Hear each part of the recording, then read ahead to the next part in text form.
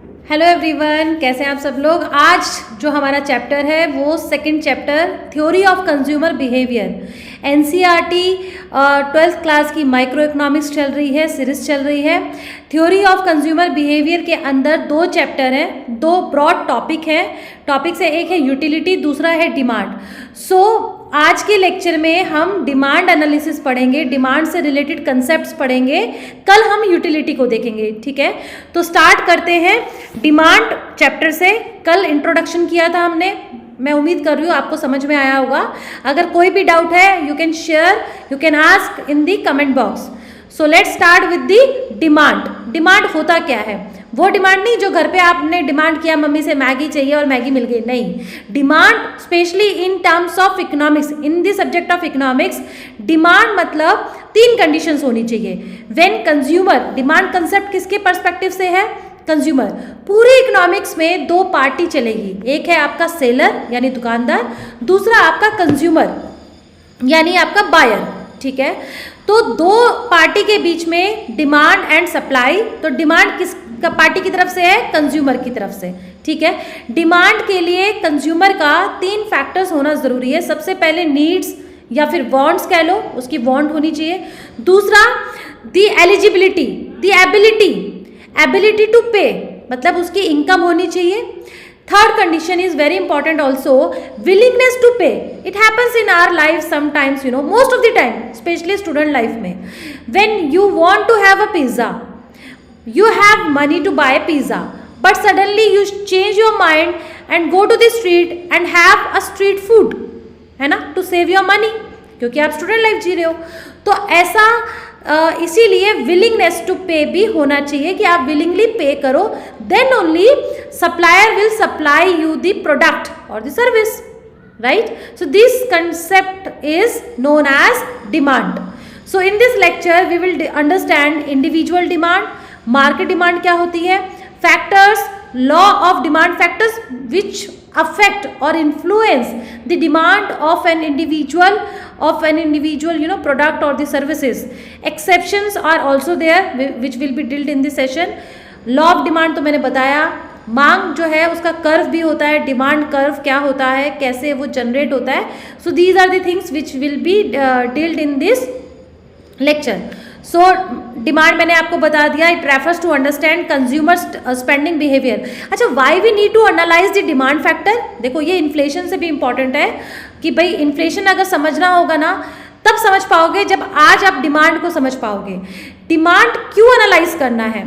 ये इकोनॉमिस्ट के लिए इसलिए एनालाइज करना है। Again the basic question always runs in the mind of economists to utilization of these scarce resources to produce maximum production for the society, है ना।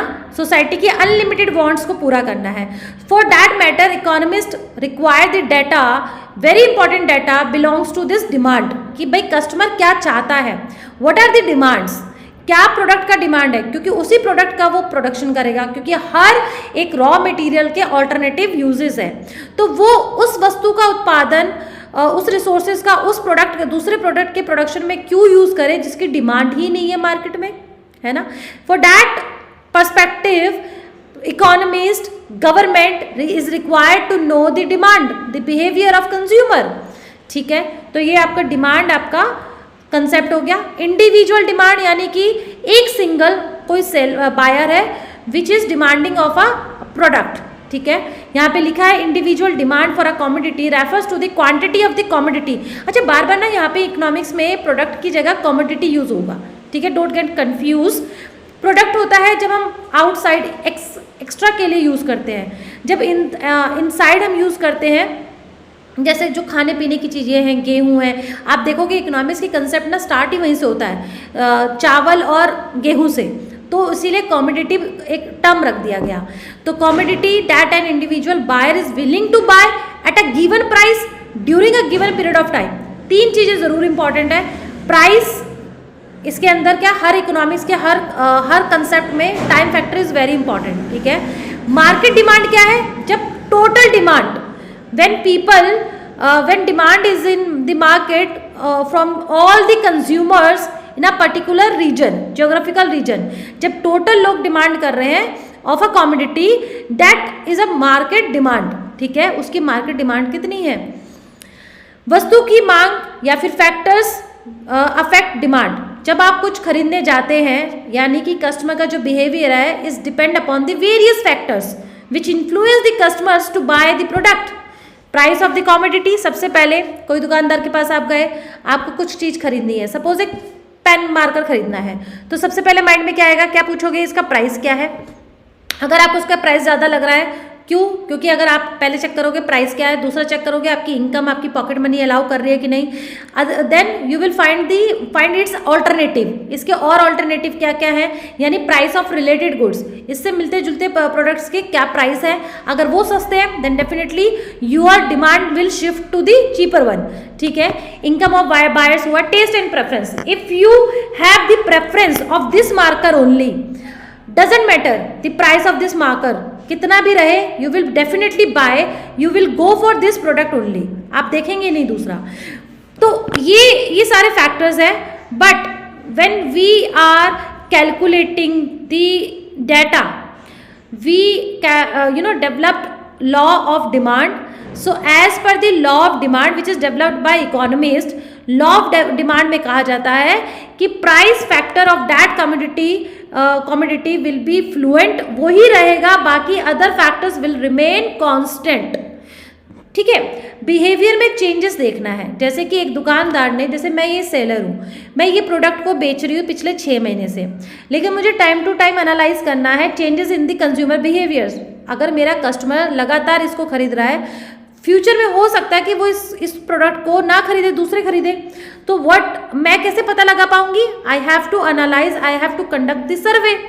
तो उसके लिए मैं इसके बिहेवियर में चेंजेस को देखना चाहूँगी, तो चेंजेस के लिए मुझे बाकी सारे फैक्टर्स को रिमेन कांस्टेंट समझना है ड्यूरिंग अ पर्टिकुलर पीरियड, कि उसकी इनकम नहीं बढ़ी, उसका टेस्ट प्रेफरेंस सेम था, जो उसके सब्स्टिट्यूट प्रोडक्ट थे इसके मार्केट में, उसका प्राइस सेम था जो 6 महीने पहले था, कोई चेंज नहीं हुआ। अगर आज 6 महीने बाद उसका प्राइस चेंज हो जाए, मान लो इस मार्कर का जो हाईलाइटर मार्कर है, इसके सब्स्टिट्यूट का प्राइस डिक्रीज हो जाए, तो डेफिनेटली मेरा जो लगातार इसको कस्टमर खरीद रहा है परमानेंट, वो उधर शिफ्ट हो जाएगा as per the law of demand. Law of demand says when the products price is reduced, price is low, definitely the quantity of demand of that particular product will increase and vice versa, but other things remain constant. Things मतलब factors constant होने चाहिए, है ना। अगर ये price मेरा खुद का मार्कर, अगर मैं इसका प्राइस रिड्यूस करूंगी तो डेफिनेटली इसकी डिमांड ज़्यादा बढ़ जाएगी, अगर मैं इसको इंक्रीज करूंगी तो इसकी डिमांड कम हो जाएगी, बट बाकी factors will be remain constant. So these are the factors. Substitute price of related goods की हम जब बात करते हैं, दिस फैक्टर सेकंड वाला, तो उसमें प्राइस कौन कौन से आते हैं, 2 प्रोडक्ट्स आ जाते हैं, एक तो सब्स्टिट्यूट, चाय नहीं तो कॉफ़ी, है ना, पेप्सी नहीं तो कोको कोला, लस्सी नहीं तो cold coffee. So these are the substitutes. Beverages है ना, कोल्ड है वो मेन है। कॉम्प्लीमेंट्री, जैसे ये मार्कर है, इसमें इंक अगर ना हो तो ये मार्कर किसी काम का है, यूजलेस है। तो दोनों इसकी जो डिमांड है इस मार्कर की, इस बॉडी की, is depend upon the price of the raw material, the ink. जैसे कार एंड पेट्रोल, ठीक है। Income of the buyer easy है, टेस्ट एंड प्रेफरेंस, लोगों का क्या फैशन है, क्या चॉइस है। मांग का नियम बता दिया है मैंने, as per the law of demand, price of the commodity and quantity of that particular demand of that product, the relationship will be inverse proportionate, उल्टा रहेगा, अपोजिट रिलेशन। प्राइस बढ़ेगा तो डिमांड घट जाएगी, प्राइस अगर कम होगा तो डिमांड बढ़ जाएगी, सिंपल इज दैट। उसके बाद एजम्पशंस ऑफ लॉ, कोई भी जो फैक्टर्स है वो सेम रहेंगे, कोई चेंज नहीं होगा। डिमांड कर्व कैसा होता है, जब देखो खुद ही देखो आप, ये प्राइस ऑफ एप्पल है, ये उसकी क्वांटिटी डिमांड है इन अ वीक, एक समय फैक्टर को हमेशा लेके चलना है। ऐसा नहीं है आलू का प्राइस अगर आपको देखना है, उसके चेंजेस देखने हैं, उसकी डिमांड को, तो आप आज उसके चेंज प्राइस में देख रहे हो और 2 साल बाद, क्योंकि it's again depend upon the nature of the product. अब आलू वगैरह ये तो बहुत वॉलेटाइल है, जल्दी खराब हो जाएंगे, पेरिशेबल गुड्स है, तो इसका एक समय लेके चलना पड़ेगा, ठीक है। जैसे टमाटर और भी पेरिशेबल हुआ एज कंपेयर टू पोटैटो, आलू। तो यहाँ पे देखिए एप्पल का क्या लेके चल रहा है, 90 रुपये था तो 1 किलो खरीदा, 80 रुपये दो दो अभी जैसे आजकल ना संतरा बहुत चल रहा है, ऑरेंजेस है ना, even I use to have oranges also. तो ये क्या है, अभी 80 रुपये किलो है। अगर ये प्राइस 80 से 20 रुपये किलो आ जाए, so what we people would do, we will buy more quantity. तो क्वांटिटी डिमांड ऑरेंजेस की बढ़ेगी when price of the oranges will get down. इसे यहाँ पे भी यही केस है, एप्पल के प्राइस और इसकी क्वांटिटी डिमांड में। यहाँ आपका प्राइस हो गया, यहाँ आपका क्वांटिटी डिमांडेड ऑफ एप्पल। तो जैसे जैसे प्राइस गिर रहा है वैसे वैसे क्वांटिटी एप्पल की इंक्रीज हो रही है, that's why demand curve will be downward. इसका स्लोप कैसे है, डाउनवर्ड है, क्योंकि एक अगर बढ़ेगा तो दूसरे को डिक्रीज करना पड़ेगा, सिंपल इज दैट। उसके बाद आपका आता है exceptions to the law of demand. कुछ एक्सेप्शंस है जो मांग के नियम में नहीं लागू होते। ये जो कमोडिटी या प्रोडक्ट की बात कर रही हो जहां मांग का नियम लागू होगा, that will be your normal goods. But normal goods के अलावा जैसे लग्जरी गुड्स है, आपका गिफिन गुड्स है, आपका वेबलिन और लग्जरी बोथ आर सेम। वहां पे क्या होता है, जैसे अमीर लोग है ना, आपको वो याद है 3 इडियट मूवी जिसमें वो बंदा उसका करीना कपूर वाला जिससे वो पहले शादी कर रही होती है, तो वो अपनी घड़ी दिखाता रहता है हर बार, है ना, ये जूता इतना है। तो कुछ अमीर लोग होते हैं, उनको क्या वो उनकी डिमांड कहाँ इंक्रीज होती है, जहां पे प्रोडक्ट का प्राइस हाई होगा, है ना। तो इट इज टोटली और exception of the law of demand. Price luxury goods में प्राइस हाई होगा तो रिचर जो होंगे, जो अमीर लोग होंगे, वो उसकी डिमांड ज्यादा करेंगे और कम प्राइस वाले की डिमांड नहीं करेंगे to maintain their social status so called. तो गिफिन गुड्स क्या होता है, गिफिन इज अ एक्सेप्शन, ठीक है। गिफिन और इंफीरियर बहुत इंपॉर्टेंट है। इंफीरियर घटिया वस्तु हुआ, गिफिन एक पैराडॉक्स है, एक एक्सेप्शन था, एक सिचुएशन थी जब गिफिन इकोनॉमिस्ट ने देखा। इंफीरियर तो ये होता है जैसे घटिया वस्तु, उसमें प्राइस का कोई लेना देना नहीं होता, उसका इनकम में लेना देना होता है। जैसे आज आप स्टूडेंट लाइफ हो, आप अगर कोई एग्जाम देने जाते हो तो you are using the transportation mode railway, है ना। रेलवे में भी स्लीपर क्लास, ज़्यादा से ज़्यादा 3rd AC। लेकिन जब आप कमाने लगोगे, definitely your transportation mode will be changed from railway to airlines, है ना, फ्लाइट यूज करेंगे। तो जैसे जैसे इनकम बढ़ेगी वैसे वैसे घटिया वस्तु यानी इंफीरियर गुड्स की डिमांड डिक्रीज हो जाएगी। So demand of inferior goods is not depend upon the price, even is depend upon the instead is depend upon the income of an individual. Customer की इनकम पे depend करता है। तो law of demand का ये अपवाद हुआ, exception हुआ, तो वहां पे मांग का नियम लागू नहीं होता है, ठीक है। इग्नोरेंस, इमरजेंसी, फैशन में अगर चेंज हो गया तो ये सब आपका इसमें एक्सेप्शन लॉ ऑफ जो डिमांड है वो लागू नहीं होगा। गिफिन ये कहता है कि भाई एक ऐसी सिचुएशन थी कि जहाँ पे ये देखा वेस्टर्न कंट्री में कि लोग मीट की जगह ब्रेड खरीद रहे थे, ज़्यादा ब्रेड खरीद रहे थे, जबकि ब्रेड एक सस्ता है, एक चीप प्रोडक्ट है as compare to the meat. लेकिन ब्रेड ज़्यादा महंगा हो गया एज कम्पेयर टू मीट, तो people would you know change their demand. उन्होंने क्या किया, मीट को, क्योंकि मीट तो कभी कभी खाया जाता है लेकिन जो आटा है, जो ब्रेड है, वो तो रेगुलर में यूज़ होता है। तो उन्होंने क्या किया, मीट की डिमांड को कम कर दिया और उसको खरीदने लगे क्योंकि वो हाई प्राइस पे था, to maintain the stock for the future security. तो ब्रेड जो कि इतनी महंगी थी उसे खरीदने लगे, अपने स्टॉक में रखने लगे क्योंकि वो ब्रेड ज़्यादा यूज में आ रही थी। So this is a Giffen goods where the commodity demand is depend upon its price. High price leads to high demand, ठीक है। प्राइस इफेक्ट है बट डायरेक्ट रिलेशनशिप है, हाई प्राइस पे हाई डिमांड होगी, ठीक है। So these are the definitions of all types of goods, एक बार गो थ्रू कर लेना।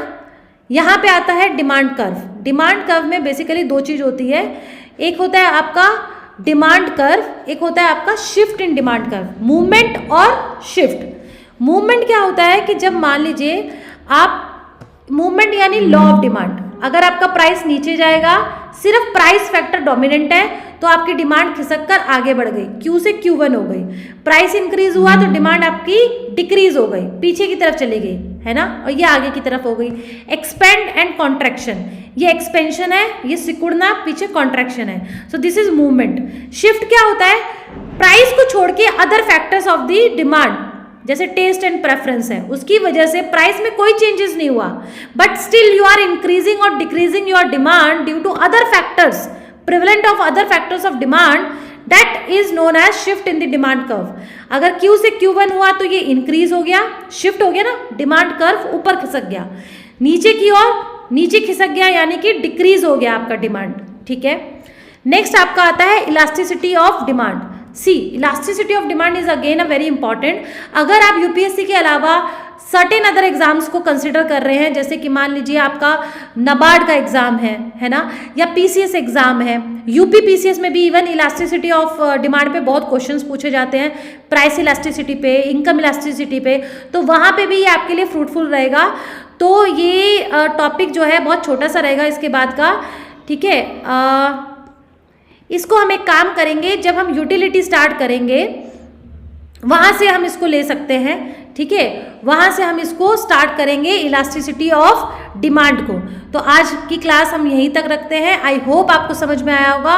कोई भी डाउट, कुछ भी अगर क्वेश्चन माइंड में आता है, please you are totally free to ask और to share your comments in the comment box. Thank you. But before going to end this session, please like and subscribe my channel and please share your thoughts in the comment box. So कल मिलते हैं। Thank you.